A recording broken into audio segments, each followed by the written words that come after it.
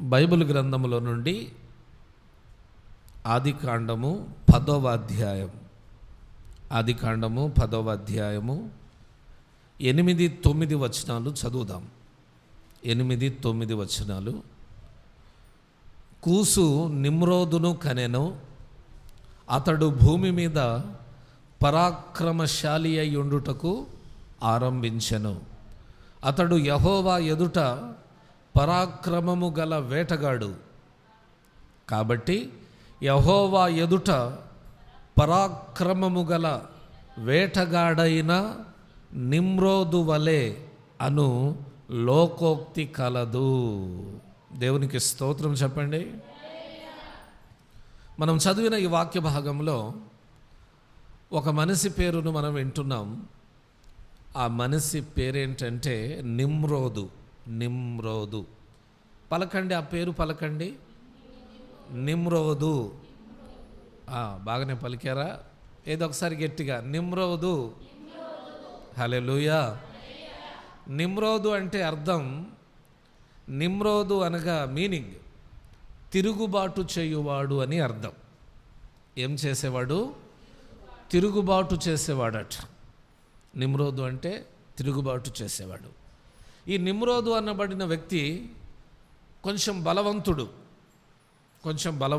జ్ఞానవంతుడు, అలాగుననే కొంచెం తెలివితేటలు కలిగిన వాడు. ఇతడు తన బలముతో, తన జ్ఞానముతో, తన తెలివితేటలతో ఎలా అడుగులు ముందుకు వేశాడో మనం ఇక్కడ ఈ రోజున ఈ వాక్యం ద్వారా నేర్చుకుంటాం. అయితే ఈ నిమ్రోదు ఎవరి కుమారుడు అనే విషయానికి వస్తే, కూసు నిమ్రోదును కనెనని వాక్యం ఉంది. కూసు నిమ్రోదును కనెను అని వాక్యం ఉంది. అంటే కూసు కుమారుడు నిమ్రోదు. మరి ఈ కూసు తండ్రి పేరు ఎవరు అనే విషయానికి వస్తే, కూసు తండ్రి పేరు ఎవరనే విషయానికి వస్తే హాము. ఎవరు? హాము. హాము కుమారుడు కూసు, కూసు కుమారుడు నిమ్రోదు. సరే, ఈ హాము తండ్రి ఎవరు? ఈ హాము తండ్రి ఎవరు అనే విషయానికి వస్తే, హాము తండ్రి పేరు నోవహు. అతని పేరేంటి? నోవహు. నోవహు అంటే మనకేం గుర్తుకు రావాలి? ఓడ. నోవహు అంటే జలప్రళయం, ఓడ గుర్తుకు రావాలి. భూమి మీద ఉన్న మనుషులందరూ పాపము చేసి, దేవునికి ఇష్టం లేని పనులు చేసి, దేవునికి తిరుగుబాటు చేసినందువలన దేవుడు జలప్రళయాన్ని రప్పించి భూమి మీద ఉన్న మనుషులందరినీ చంపేశాడు, ఒక్క కుటుంబం తప్ప. ఏ కుటుంబం అది అంటే అది నోవాహు కుటుంబం. అందరినీ చంపేసిన దేవుడు నోవాహు కుటుంబాన్ని ఎందుకు చంపలేదని అడగొచ్చు మీరు. ఎందుకు చంపలేదు అంటే, నోవాహు దేవుని దృష్టిలో నీతిమంతునిగా బ్రతికాడట. అందరూ ఏదేదో చేస్తూ ఉన్నా, పాపము, అబద్ధాలు, అన్యాయం, అక్రమం, రకరకాల పనులు చేస్తూ ఉన్న నోవాహు మాత్రం, అతని కుటుంబం మాత్రం ఎల్లప్పుడూ దేవుని యందు భయభక్తులు కలిగి నిలిచిందంట. హల్లెలూయా. ఎల్లప్పుడూ దేవుని యందు భయభక్తులు కలిగి నిలిచారు. కాబట్టి జలప్రళయం, అంతటి జలప్రళయములో దేవుడు నోవాహు కుటుంబాన్ని సంరక్షించాడు. దీన్ని బట్టి మనకి ఏమర్థమవుతుంది? మన చుట్టుపక్కలున్నవారు పాపము చేసి, విగ్రహారాధన చేసి, అన్యాయము చేసి, అక్రమము చేసి, ఏదైనా చేయని, మన మట్టుకు మనం మన నీతిని కాపాడుకోవాలి, మన భక్తిని మనం కాపాడుకోవాలి.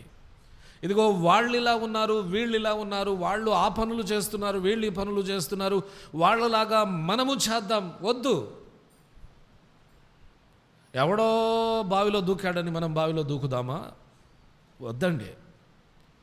మన మట్టుకు మనం నీతిని కాపాడుకుందాం, భక్తిని కాపాడుకుందాం, యథార్థతను కాపాడుకుందాం, దేవుని దృష్టిలో మంచి పేరు కలిగి ఉందాం. దేవుడు మనకిచ్చిన ఈ రక్షణను మనం కాపాడుకోవడమే మన ముందున్న పెద్ద పని. కొన్నిసార్లు ఎందుకన్నా ఈ పని చేశావంటే, అదిగో అతడు చేయమన్నాడు, ఆమె చేయమంది, ఇలాంటివి వద్దు. ఎవరు ఏమి చెప్పినా ఎంత చెప్పినా మన నీతిని మనం కాపాడుకుంటే అంతటి ఉపద్రవములోనూ నీతిమంతుడైన నోవాహును దేవుడు కాపాడినట్లుగా మనలను కూడా దేవుడు కాపాడి సంరక్షిస్తాడు. అందుకనే మన నీతిని మనం కాపాడుకుంటే నీతిమంతులను విడిచిపెడతాడా దేవుడు? ఎక్కడున్నా కనుగొంటాడు, ఎక్కడున్నా పైకి తీసుకొస్తాడు, పట్టి పైకి తీసుకొస్తాడు. దావీదు 8వ వాడు, అతనికి అన్నలు 7. చిన్నవాడైనప్పటికీ దేవుని యందు భయభక్తులు కలిగిన వాడు, నీతిమంతుడు. బహుశా దావీదు యొక్క అన్నలలో నీతి, యథార్థత, భక్తి ఇవేమీ లేకపోయి ఉండొచ్చు. కానీ దావీదు దేవుని యందు భయభక్తులు కలిగి చేస్తున్న ప్రార్థనకు ప్రతిఫలం ఏంటో తెలుసా? 8వ వాడైన దావీదును పట్టుకొచ్చి సింహాసనం మీద కూర్చోబెట్టాడు దేవుడు. దీన్ని బట్టి ఏమర్థమవుతుంది? నీతిమంతులు ఎక్కడున్నా విడువబడరు. నీతిమంతులను ఏ స్థితిలోనూ విడిచిపెట్టడు.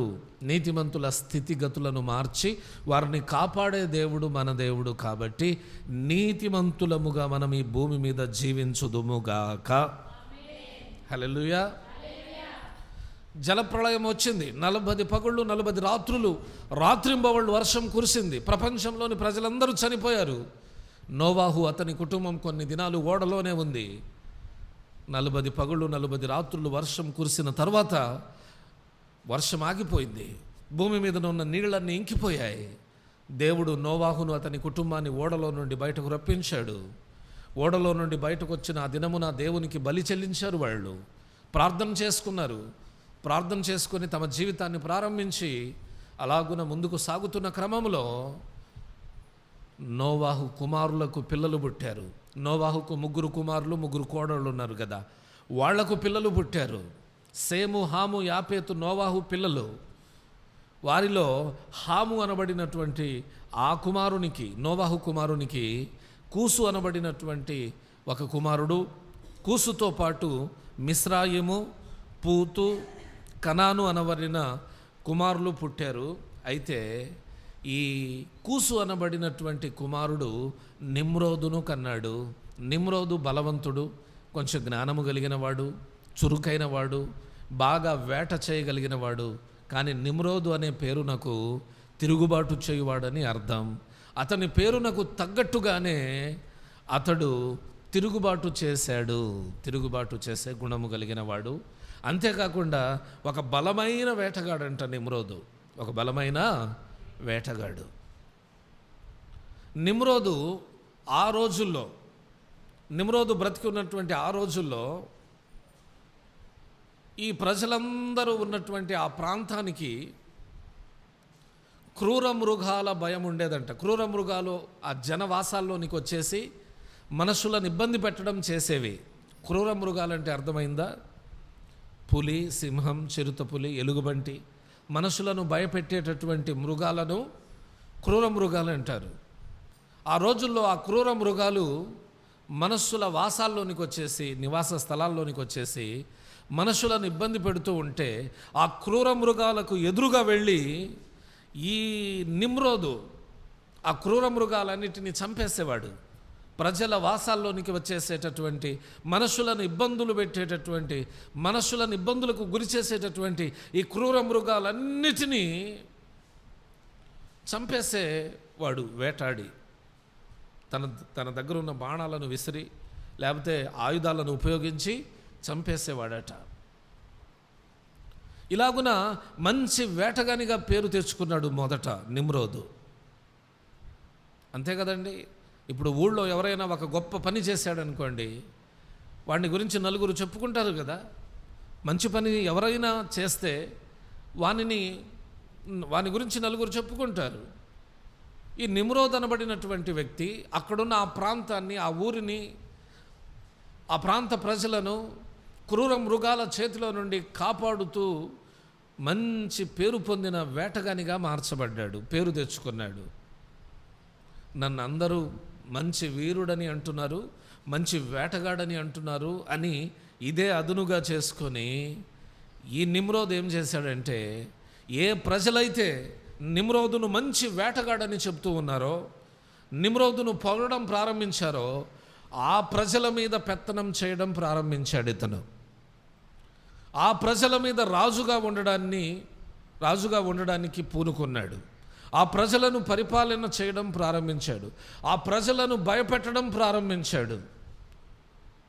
మీరందరూ క్షేమంగా ఉండాలంటే నా మాటకు మీరు లోబడాలి, నేను చెప్పినట్లు చేయాలి, నేను చెప్పినట్లు వినాలి, మీరందరూ నాకు లోబడి ఉండాలి, నేను మీకు రాజును, నేను మీకు అధికారిని అని ఈ నిమ్రోదు ఆ ప్రజల మీద తన్ను తాను రాజుగా ప్రకటించుకోవడం ప్రారంభించాడట. అయితే అప్పటిదాకా ఆ ప్రజలకు రాజు లేడు, అధికారులు లేరు, సర్పంచులు లేరు, ఎమ్మెల్యేలు లేరు. అలాగుననే ఆ మంత్రులు, ముఖ్యమంత్రులు, ప్రధానమంత్రులు అనబడిన వారు ఎవరునూ లేరు. ఆ కాలము దాకా ప్రజలు అందరూ ఒకరినొకరు ప్రేమించుకుంటూ, ఒకరినొకరు లోబడుతూ, అందరూ సమానమే అనుకుంటూ అలాగున బ్రతుకుచూ వచ్చుచున్నటువంటి ఆ దినాల్లో ఈ నిమ్రోదు ఒక్కసారిగా ప్రజలందరినీ భయపెట్టి వారి మీద రాజుగా ఉండి వారి మీద పెత్తనం చేయడానికి, వారిని పరిపాలన చేయడం ప్రారంభించాడండి. అందుకని అక్కడ వాక్యం రాయబడి ఉన్నది, కూసు నిమ్రోదును కనెను, అతడు భూమి మీద పరాక్రమశాలి అయి ఉండుటకు ఆరంభించను. అంటే భూమి మీద పరిపాలన చేయుటకు ఆరంభించనని ఆ వాక్యం యొక్క అర్థం. దీనిని బట్టి ఏమని చెప్పొచ్చు అంటే, ప్రపంచాన్ని దేవుడు సృష్టించినది మొదలుకొని అప్పటిదాకా రాజులు లేరు.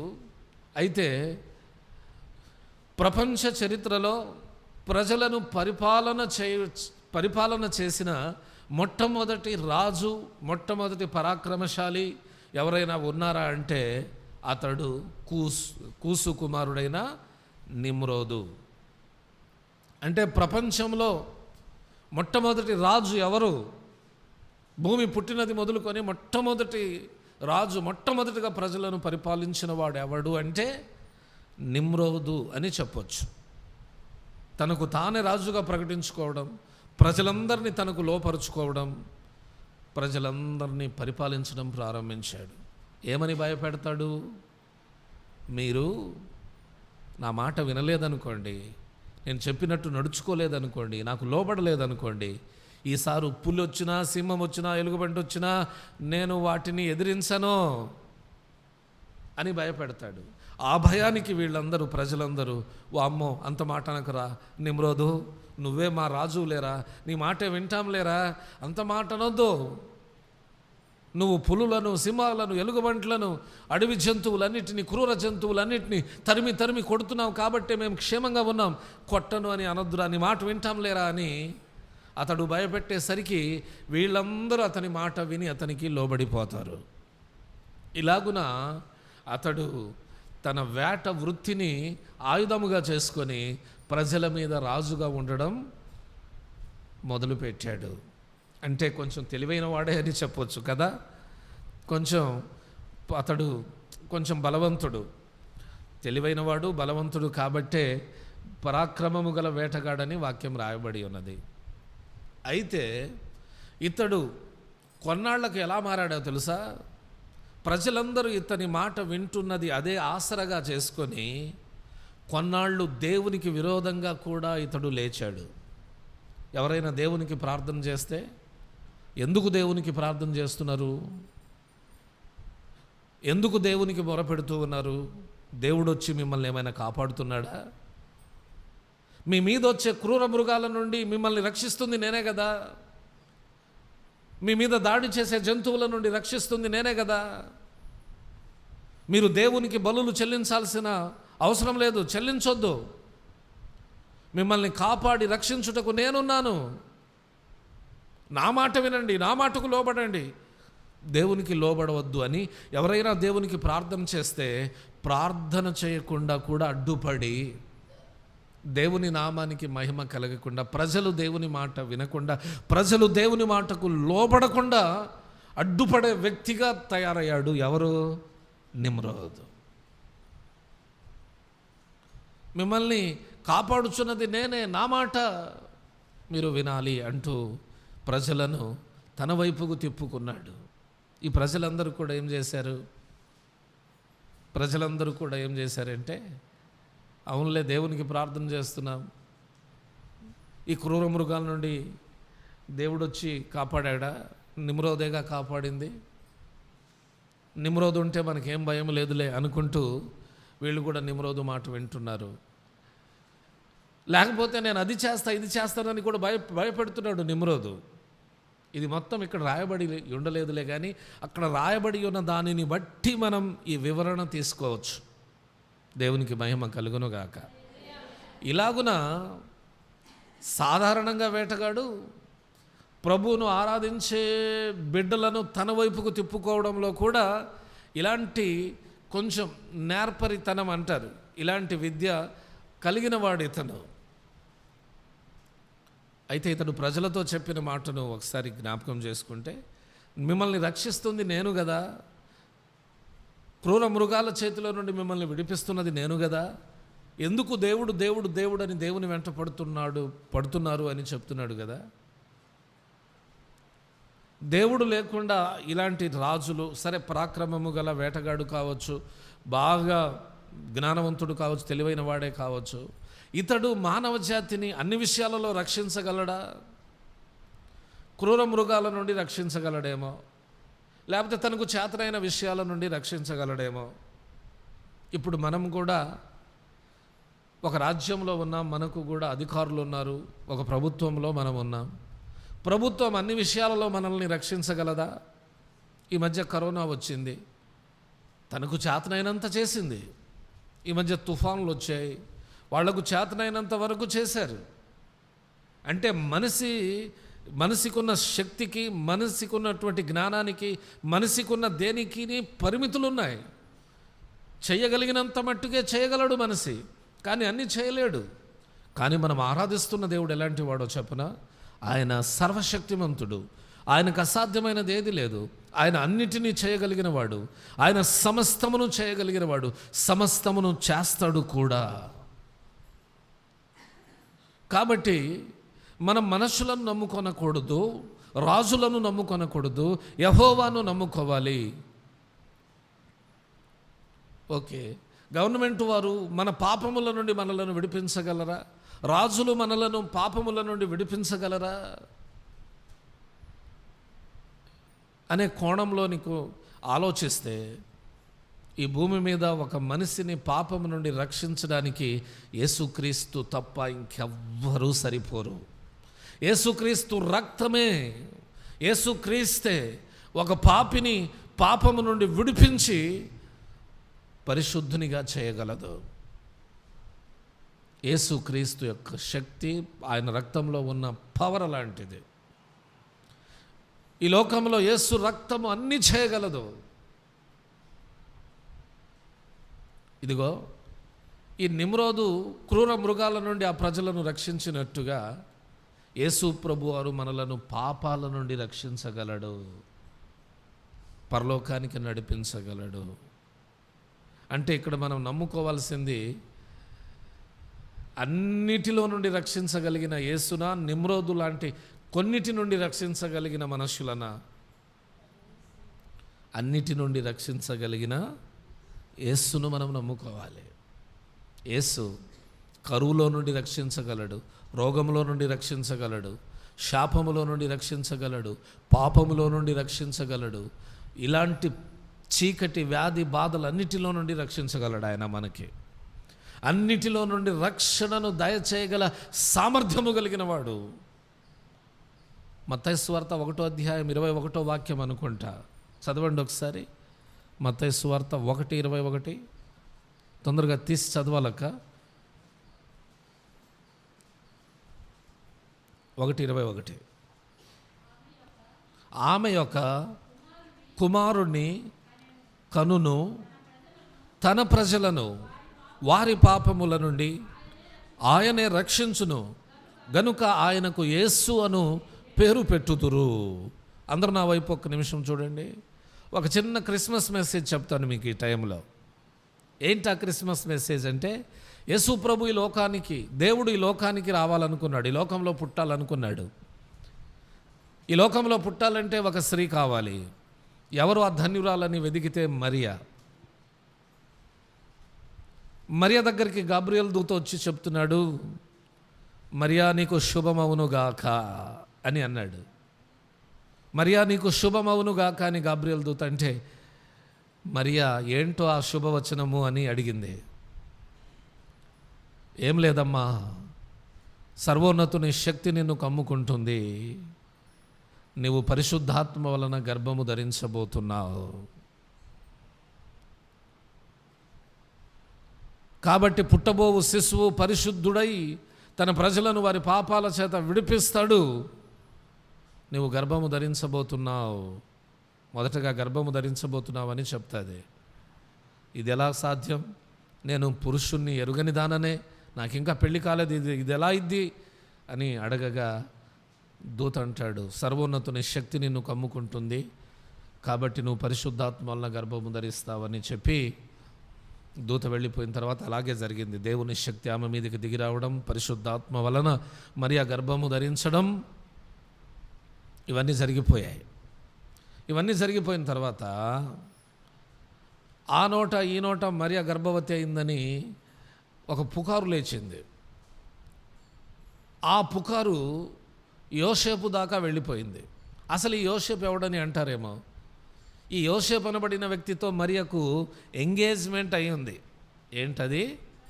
ప్రధానము అంటారు, లేకపోతే నిశ్చితార్థం అంటారు, లేకపోతే ఎంగేజ్మెంట్. ఇప్పుడున్న ట్రెండ్లో చెప్పాలంటే ఇద్దరు ఉంగరాలు మార్చుకొని ఉన్నారు. ఇద్దరు ఉంగరాలు మార్చుకొని ఉన్నారు. ఇంకో నెలకో 2 నెలలకో ఇంకొక 6 నెలలకో ఇంకొక సంవత్సరానికో ఇద్దరికి పెళ్ళి. మరియా యోసేపులకు పెళ్ళి. అందరికీ తెలుసు మరియమ్మకు యోసేపుతో ప్రధానమైందని. ఇప్పుడు మరియాకు సడన్గా గర్భం వచ్చింది, గర్భం ధరించింది. చాలామంది ఇంకా పెళ్లి కాని అమ్మాయికి ఎలాంటి పరిస్థితి వచ్చిందంటే ఇంకా మామూలుగా ఉంటుందా? అమ్మాయి మంచిది కాదనేటటువంటి ఆమె క్యారెక్టర్ మీద నిందలు మోపడం ప్రారంభించారు. ఆ నోట ఈ నోట అది యోసేపు దాకా వెళ్ళింది. యోసేపు కూడా డౌట్ వచ్చింది, మేమిద్దరం దూరంగానే ఉన్నామే, ఆమెకు గర్భం వచ్చిందంటే ఆమె క్యారెక్టర్ మంచిది కాదు, వామ్మో మరియా క్యారెక్టర్ మంచిది కాదు, ఎలాగైనా అమ్మాయిని వదిలించుకోవాలని మనస్సులో నిర్ణయించుకున్నాడు. ఎలాగైనా ఆమెను వదిలించుకోవాలి, ఆమెతో జరిగినటువంటి ఎంగేజ్మెంట్ని క్యాన్సిల్ చేసుకోవాలి అని హృదయంలో అనుకొని అలా నిద్రపోతే యోసేపుకు గాబ్రియల్ దూత కలలో ప్రత్యక్షమై, యోసేపు నువ్వు అనుకుంటుంది తప్పు, మరియా క్యారెక్టర్ని అనుమానించబాకు, ఆమె పరిశుద్ధురాలు కాబట్టే సర్వోన్నతుని శక్తి వలన పరిశుద్ధాత్మ వలన ఆమె గర్భం ధరించింది. ఆమె ఒక కుమారుణ్ణి కంటుంది. ఆ కుమారుడు తన ప్రజలను వారి పాపముల నుండి విడిపిస్తాడు. ఉదయాన్నే వెళ్ళి మరియను చేర్చుకొని మరియా కుమారుణ్ణి కనేంత వరకు మంచి చెడ్డలు చూసుకో, అనుమానించడం వదిలే, మరియా చాలా మంచిదని రాత్రిపూట గాబ్రియల్ దూత వచ్చి యోసేపుకు బోధిస్తాడు. మొత్తం అన్నీ చెప్పగా అప్పుడు యోసేపు మరియను చేర్చుకొని ఆమె పిల్లాన్ని కనేంత వరకు ఆమెను బహు జాగ్రత్తగా చూసుకుంటాడు. లేకపోతే మరియమ్మను వదిలేద్దామనే ఇతడు అనుకుంటాడు. కానీ అక్కడ దూత చెప్పినట్టు పాపముల నుండి రక్షించగలిగిన వాడు ఎవడు అంటే యేసు ప్రభువారు. నిమ్రోదు కొన్నిటి నుండి రక్షించగలడు, కానీ మనం ఆరాధిస్తున్న యేసయ్య అన్నిటి నుండి మనల్ని రక్షించగలడు. ప్రపంచంలో మనతో ఎవరైనా ఇదిగో నా దగ్గరికి రా, నేను దీని నుండి రక్షిస్తాను, దాని నుండి రక్షిస్తాను, నేను చెప్పినట్టు చేయి, ఇదిగో నీకు అది తొలగిపోయింది ఇది తొలగిపోయిందని ఎవరైనా చెప్పొచ్చు మనతో. నువ్వు కొన్నిటి నుండే నన్ను రక్షించగలవు ఒకవేళ రక్షించగలిగితే. కానీ నేను ఆరాధిస్తున్న యేసు ప్రభువారు, నేను నమ్ముకున్న నా దేవుడు ఈ ప్రపంచంలో ఉన్న ప్రతి దాని నుండి నన్ను రక్షించగలుగుటకు సమర్థుడని నువ్వు ధైర్యంగా చెప్పొచ్చు. ఈ సమాజానికి దేవునికి మహిమ కలుగునుగాక. రోగము, పాపము, శాపము, చీకటి, బంధకాలు ఏవైనా ఈ ప్రపంచంలో ఏవి మనలను కమ్ముకొని ఉన్న వాటన్నిటి నుండి రక్షించుటకు సమర్థుడు. ముఖ్యంగా పాపము నుండి రక్షించడం గొప్ప విషయం. ఆ పాపము నుండి రక్షించుటకు పుట్టినవాడే మనం ప్రభు అయిన యేసుక్రీస్తు వారు. నిమ్రోదు ప్రజలందరికీ అడ్డుపడి దేవుణ్ణి ఆరాధించకుండా చేశాడు. మొత్తానికి నిమ్రోదు ఆ ప్రాంతంలో ఉన్న కొంతమంది ప్రజలకు ఒక రాజ్యంగా మార్చుకొని ఆ రాజ్యానికి రాజుగా వ్యవహరిస్తూ ఆ రాజ్యాన్ని తన గుప్పెట్లో ఉంచుకున్నాడు. తామున్న స్థలంలో నుండి కొంచెం ముందుకు వెళ్ళి ఒక మైదానమందు ఆగినట్టుగా అక్కడ రాయబడి ఉన్నది. అంటే ఆ స్థలం బహుశా బాగాలేదేమో. తూర్పుకు ప్రయాణమై వెళ్ళారంటే వాళ్ళు తూర్పుకు ప్రయాణమై సీనారు అనే ఒక మైదానానికి వెళ్ళారు. అప్పటిదాకా ఆ ప్రజలను ఎవరు పరిపాలిస్తున్నారు? ఆ ప్రజలను ఎవరు పాలిస్తున్నారు అంటే నిమ్రోదే పరిపాలన చేస్తున్నాడు. పెద్ద మైదానం కనబడింది. నిమ్రోదు ప్రజలందరితో అన్నాడు, ఆజ్ఞాపించాడు, మనం ఇక్కడ ఉండిపోదాం, ఈ మైదానం బాగుందని. ఉండిపోదామని చెప్పగానే ప్రజలందరూ మైదానం పెద్ద మైదానం, పొలాలు చేసుకోవచ్చు, ఏదైనా చేసుకోవచ్చు, ఇక్కడ ఉంటే బాగుంటుందని అందరూ అక్కడే ఆగిపోయారు. డేరాలు కట్టుకున్నారు. అందరూ అక్కడ అన్ని చక్కగా డేరాలు అవన్నీ కట్టుకోవడం పూర్తయిపోయిన తర్వాత నిమ్రోదు ప్రజలందరినీ పిలిచి అన్నాడు, మనమందరం చెదిరిపోకుండా ఇక్కడే ఉండిపోవాలి. మీరందరూ నా నాయకత్వంలోనే ఉండాలి. నేను ఎల్లప్పుడూ మీకు రాజునై ఉండాలి. మనం ఎక్కడికి వెళ్ళినా సంపాదనకై పక్కకి వెళ్ళినా మనం ఈ స్థలానికి తిరిగి వచ్చేయాలి. మనం చెదిరిపోకూడదు. మనం చెదిరిపోకుండా ఇక్కడే ఉండి ఆకాశమునంటే గోపురము గల, ఆకాశమునంటే శిఖరము గల ఒక గోపురాన్ని కట్టి పేరు సంపాదించుకుందాం. అంటే భూమి మీద తన రాజ్యం శాశ్వతంగా ప్రజలందరికీ గుర్తి ఉండిపోయేటట్టుగా ఆ ప్రజలందరినీ తన గుప్పెట్లోనే ఉంచుకొని ఒక ఆకాశం నుండి శిఖరము గల ఒక గోపురాన్ని కట్టాలి అని తను ఆలోచన చేసిన వాడు ప్రజలందరినీ ప్రేరేపించాడు. నిమ్రోదు యొక్క ఆలోచన ఏంటి? ప్రజలందరూ ఒకే చోట ఉండాలి, అక్కడనే ఉండిపోవాలి. ఆ ప్రజలకు నిమ్రోదే ఎల్లప్పుడూ రాజుగా ఉండాలన్నది ఆలోచన. కానీ దేవుని ఆలోచన ఏంటి? ఆదికాండం 1:28, ఆదికాండము 1వ అధ్యాయము చూడండి, 28వ వాక్యం. దేవుడు వారిని ఆశీర్వదించెను, ఎట్లనగా మీరు ఫలించి అభివృద్ధి పొంది విస్తరించి భూమిని నిండించి దానిని లోపరుచుకొనుడి, సముద్రపు చేపలను ఆకాశ పక్షులను భూమి మీద ప్రాకు ప్రతి జీవిని ఏలుడని దేవుడు వారితో చెప్పెను. స్తోత్రం చెప్దామా? హల్లెలూయా. నిమ్రోదు తన దగ్గరున్న ప్రజలను ఏమంటున్నాడు? ప్రజలతో ఏమంటున్నాడంటే, మనం ఒకే చోట ఉండిపోదాం, ఇక్కడే మనం పేరు తెచ్చుకుందాం. ఆకాశమునంటే శిఖరము గల ఒక గోపురాన్ని కట్టి ఇక్కడే మనం పేరు తెచ్చుకుందాం. నిమ్రోదు యొక్క ఆలోచన ఇదే. ఎందుకంటే ఈ ప్రజలు ఇక్కడే ఉంటే వాళ్ళను ఎల్లప్పుడూ పరిపాలిస్తూ ఉండొచ్చు అన్నది అతని ఆలోచన. వారి మీద అధికారిగా ఉండొచ్చు అని అతని ఆలోచన. కానీ దేవుని ఉద్దేశం ఏంటో తెలుసా? ప్రజలందరూ భూమిని నిండించాలన్నది దేవుని ఉద్దేశం. దేవునికి మహిమ కలుగునుగాక. భూమి మొత్తం ప్రజలతో నిండి ఉండాలి. ప్రజలు అంటే మనుషులు భూమి యొక్క నలు దిక్కులకు వ్యాపించాలన్నది దేవుని యొక్క ఉద్దేశం. జలప్రళయానికి ముందు భూమి నలుదిక్కులా ప్రజలు ఉన్నారు. అయితే దేవుని కోపం వలన జలప్రళయములో వారందరూ చనిపోయారు. ఒక నోవాహు ఫ్యామిలీ ద్వారా కొంతమంది ఏర్పడ్డారు. వాళ్ళు ఏం చేయాలంటే విస్తరించాలి. వాళ్ళు నలుదిక్కులకు వెళ్ళాలి. అప్పుడేమైందంటే భూమి అంతా ప్రజలతో నిండి ఉంటుంది. కానీ నిమ్రోదు ఏమంటున్నాడు? మనం ఎక్కడికి వెళ్ళాల్సినటువంటి పని లేదు, ఇక్కడే ఉండిపోదాం అంటున్నాడు. ఆలోచించండి. దేవుని ఆలోచనేమో అందరూ భూమిని నింపాలి అని, అందరూ చెదిరిపోవాలి, విస్తరించాలని.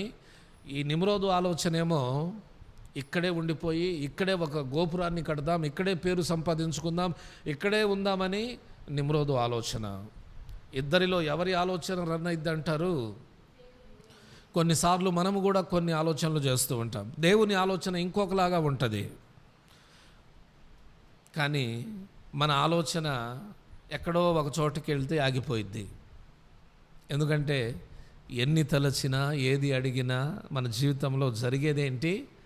దేవుని చిత్తం. మంచి పాట కదూ.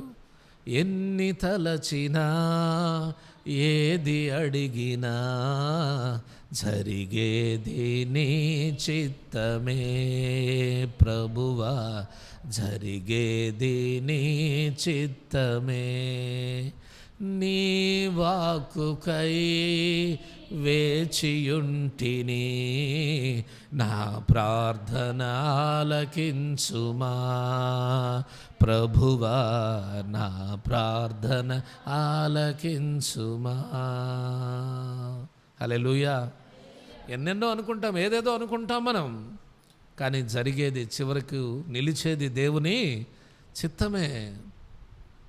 అందుకనే నేనేం సలహా ఇస్తానంటే మీకు, దేవుని చిత్తంలో ఉన్న పనికి అడుగులు ముందుకు వేయండి. దేవుని చిత్తం ఏంటో తెలుసుకోనండి. దేవుని చిత్తం లేకుండా మనం అడుగులు ముందుకు వేసి నష్టపోవడం కంటే, దేవుని చిత్తం మన విషయంలో ఏమై ఉన్నదో గ్రహించి ఆ దేవుని చిత్త ప్రకారం అడుగులు వేయడం, అది మనకు ఆశీర్వాదం, మనకు ఉత్తమం, అది మనకు లాభం, అది మనకు మేలు, అది మనకు ఉత్సాహాన్ని కలిగిస్తుంది. దేవుని చిత్త ప్రకారం వెళ్ళడం మన విజయానికి కారణమవుతుంది. దేవుని చిత్తాన్ని త్రోసేస్తే అపజయాలు పొందుతాం. ప్రభువును ఆరాధించకుండా చేశాడు, ప్రభువుకు బలులు అర్పించకుండా ఆపాడు నిమ్రోదు. ఇదిగో ఇప్పుడు భూమి అందంతటా విస్తరించకుండా ఒక పెద్ద గోపురాన్ని కట్టుకుందామని స్టార్ట్ చేశారు. వర్క్ కూడా స్టార్ట్ చేశారు ఆ ప్రజలందరూ. నిమ్రోదు నాయకత్వంలో ప్రజలందరూ ఇటుకలు చేసేవాళ్ళు ఇటుకలు, మట్టి తెచ్చేవాళ్ళు మట్టి, నీళ్లు తెచ్చేవారు నీళ్లు, అలాగుననే ఇటుకలు కాల్చేవాళ్ళు కాలుస్తున్నారు, కట్టేవాళ్ళు కడుతున్నారు, ఎవరి పనులు వాళ్ళు చేస్తున్నారు. అలాగున ఒక గోపురం ప్రారంభమైంది, ఒక గోపురం కట్టడం. అది కూడా ఆకాశమునంటే శిఖరం అంటే చాలా పెద్ద గోపురం కట్టాలని అనుకున్నారు, కట్టారు కూడా, కడుతూ ఉన్నారు. ప్రారంభమైంది పని, కొంచెం కొంచెం కొంచెం కొంచెం గోపురం పైకి లేస్తూ ఉంది. అలాగుననే ఆ పట్టణాన్ని కూడా దాదాపు స్టార్ట్ చేశారు వాళ్ళు. ఆ గోపురము పట్టణాన్ని కట్టడం ప్రారంభిస్తే ఆకాశమందున్న దేవుడు అక్కడ మాట్లాడుకుంటూ ఉన్నారు. యెహోవా నరుల కుమారులు కట్టిన పట్టణమును గోపురమును చూడ దిగి వచ్చనని వాక్యం ఉంది. ఎక్కడ? ఆదికాండం 11వ అధ్యాయంలోనికి రండి. 11వ అధ్యాయం 5వ వాక్యములో యెహోవా నరుల కుమారులు కట్టిన పట్టణమును గోపురమును చూడ దిగి వచ్చాను అంటే, అక్కడ నిమ్రోదు ప్రజలతో గోపురంతో పాటు మనం ఇక్కడ ఇళ్ళు కూడా కట్టుకుందాం, ఇక్కడే శాశ్వతమైన గృహాలు కట్టుకుందాం, ఇక్కడే శాశ్వతమైన ఇళ్ళు కట్టుకొని ఇక్కడనే ఉండిపోదాం అని ఇళ్ళు కట్టడం, ఆకాశమునంటే ఒక గోపురాన్ని కట్టడం ప్రారంభించారు. దేవుడు దాన్ని చూడడానికి దిగి వచ్చాడట. దేవుడు అప్పుడు ఏమనుకున్నాడంటే, ఇదిగో జనము ఒకటే, వారందరికీ భాష ఒకటే, వారు ఈ పని ఆరంభించి ఉన్నారు, ఇక మీదట వారు చెయ్యదలుచు ఏ పని అయినను చెయ్యకుండా వారికి ఆటంకం ఏమీ ఉండదు. గనుక మనము దిగిపోయి వారిలో ఒకని మాట ఒకనికి తెలియకుండా అక్కడ వారి భాషను తారుమారు చేయుదము రండని అనుకొనెను. దేవునికి మహిమ కలుగును గాక. హల్లెలూయా. ఆకాశమందు ఉన్న దేవుడు ఆ పట్టణాన్ని, ఆ గోపురాన్ని చూస్తే పట్టణం కట్టబడుతూ ఉంది, గోపురం కట్టబడుతూ ఉంది. ఎవరి పనులు వాళ్ళు చకచకా చేస్తూ ఉన్నారు. దేవునికి అర్థమైపోయింది, నేను ప్రజలందరినీ భూమి అందంతటా చెదరగొట్టి భూమిని ప్రజలతో నింపాలని నేను అనుకుంటుంటే, వీళ్ళేమో ఇక్కడే బిల్డింగ్లు కట్టుకుంటున్నారు, ఇక్కడే పెద్ద గోపురం కట్టుకుంటున్నారు. అంటే వీళ్ళకి ఏదో ఒకటి చేయకపోతే వీళ్ళు ఏదైనా చేస్తారు అని అనుకున్న దేవుడు వాళ్ళ భాషను తారుమారు చేయాలనుకున్నాడట. భాషను తారుమారు చేయాలనుకొని పరలోకం నుండి దిగి వచ్చి వారి భాషను తారుమారు చేసి వాళ్లను భూమి అందంతటా చెదరగొట్టేశాడంట దేవుడు. దేవునికి మహిమ కలుగునుగాక. అప్పుడు ప్రపంచంలో ఉన్న అనేకమైన భాషలు వచ్చాయి. అప్పటిదాకా ఒకటే భాష, ఒకటే కట్టుబాటు, ఒకటే ఆచారం, ఒకటే పద్ధతి, ఒకటే నమ్మకం. అప్పటిదాకా వేరు వేరు భాషలు లేవు. ఇప్పుడైతే ప్రపంచంలో చాలా భాషలు పుట్టుకొచ్చాయి, చాలా భాషలు ఇప్పుడు తయారయ్యాయి. కానీ అప్పట్లో ఒకటే భాష. దేవుడు ఆలోచించాడు, వీళ్ళు ఒకే భాషతో మాట్లాడుకుంటే ఒకరి భాష వీళ్ళకు ఒకరికి అర్థమైపోతుంది, ఇలాగున సమాధానంగా కట్టుకుంటున్నారు, వీళ్ళ భాషలు తారుమారు చేస్తేనే కానీ వీళ్ళు చెదురుతారని ఒకరి భాషను ఒకరికి తెలియకుండా తారుమారు చేస్తే ఎవరి భాష ఎవరికి అర్థం కావట్లా, ఒకరు మాట్లాడుతుంది ఒకరికి అర్థం కావట్లా, వాడు మాట్లాడుతున్నాడో ఎదుటివాడికి అర్థం అవ్వట్లా, తిడుతున్నాడో ఎదుటివానికి అర్థం అవ్వట్లా. ఇలాగున అక్కడ భాషలు తారుమారు చేయడం వలన యెహోవా వారిని చెదరగొట్టినట్టుగా, భూమి నలుదిక్కులకు చెదరగొట్టినట్టుగా వాక్యం రాయబడి ఉన్నది. గమనించారా? నిమ్రోదు నాయకత్వంలో అక్కడ ఉన్నటువంటి ఆ ప్రజలు ఎక్కడికి చెదిరిపోకుండా, భూమి అంతా నింపబడకుండా ఒకే చోట ఉండిపోదాం అనుకున్నాడు. అది నిమ్రోదు యొక్క ఉద్దేశం, ప్రజల యొక్క తాత్పర్యం అది. కానీ దేవుని చిత్తం ఏంటంటే మనుషులు భూమి అంతా నింపబడాలన్నది దేవుని యొక్క చిత్తం.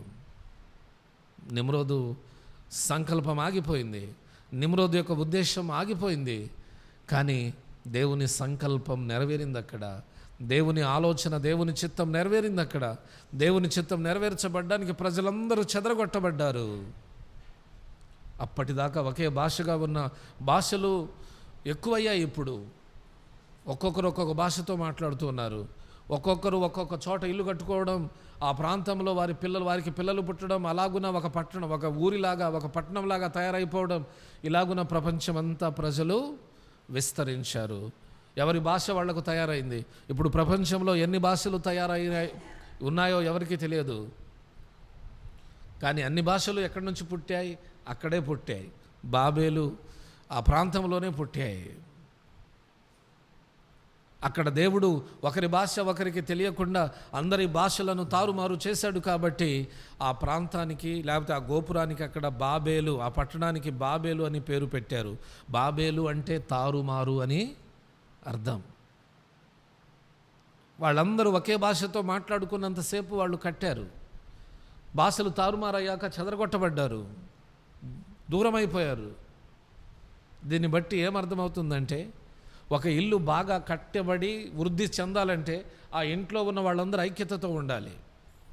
ఆ ఇంట్లో ఉన్న వారందరూ ఐక్యతతో సమాధానంగా ఉంటే ఆ ఇల్లు పచ్చగా ఉంటుంది. అర్థమవుతుందా? భార్యాభర్తలు, పిల్లలు అందరూ ఐక్యతతో కలిసి పనిచేస్తే ఆ ఇల్లు బాగుంటుంది. ఒక ఇంట్లోనే ఒకరితో ఒకరికి సమాధానం లేకుండా ఉన్నారనుకోండి, ఆ ఇల్లు కట్టబడదు, అభివృద్ధి చెందదు, ఆ ఇంట్లో గ్రోత్ ఉండదు. గ్రోత్ అంటే ఎదుగుదల. కాబట్టి ప్రతి ఇళ్లలో సమాధానం కలిగించండి ప్రభు అని ప్రార్థన చేస్తాం. ప్రతి ఇంట్లో నెమ్మది ఉండాలి, ప్రతి ఇంట్లో ఐక్యత ఉండాలి. అవునండి, తండ్రి కొడుకుల మధ్యలో, తల్లి కొడుకుల మధ్యలో,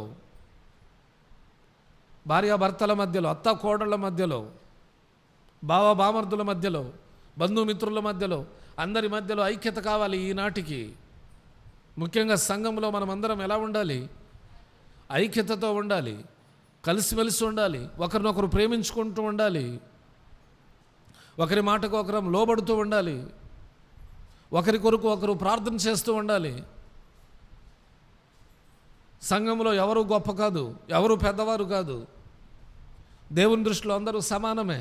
అందరూ బాధ్యతగా పనిచేయాలి. ఇది నా సంఘం కొరకు నేను ప్రార్థన చేయాలి. మన కుటుంబం కొరకు మనం ఎలా ప్రయాసపడుతున్నామో మన సంఘం కొరకు అలానే ప్రయాసపడాలి. దేవునికి మహిమ కలుగునుగాక.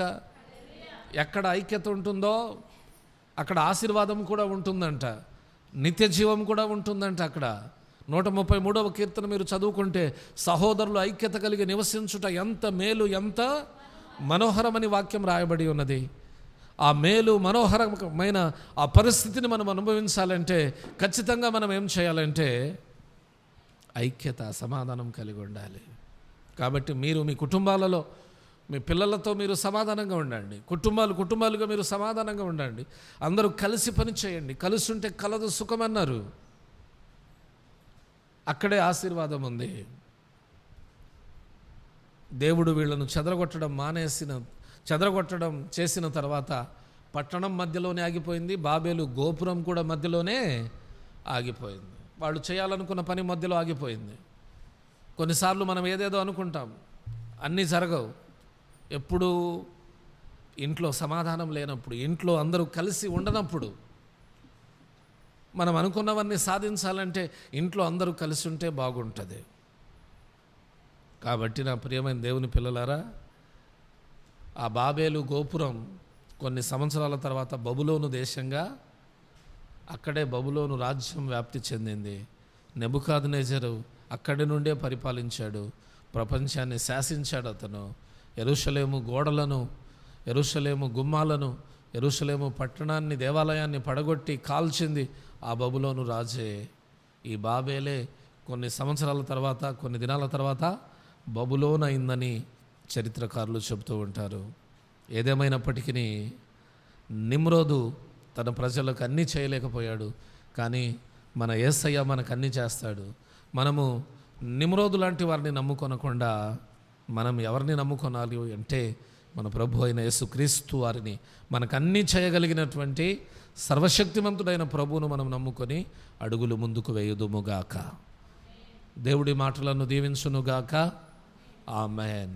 హల్లెలూయా.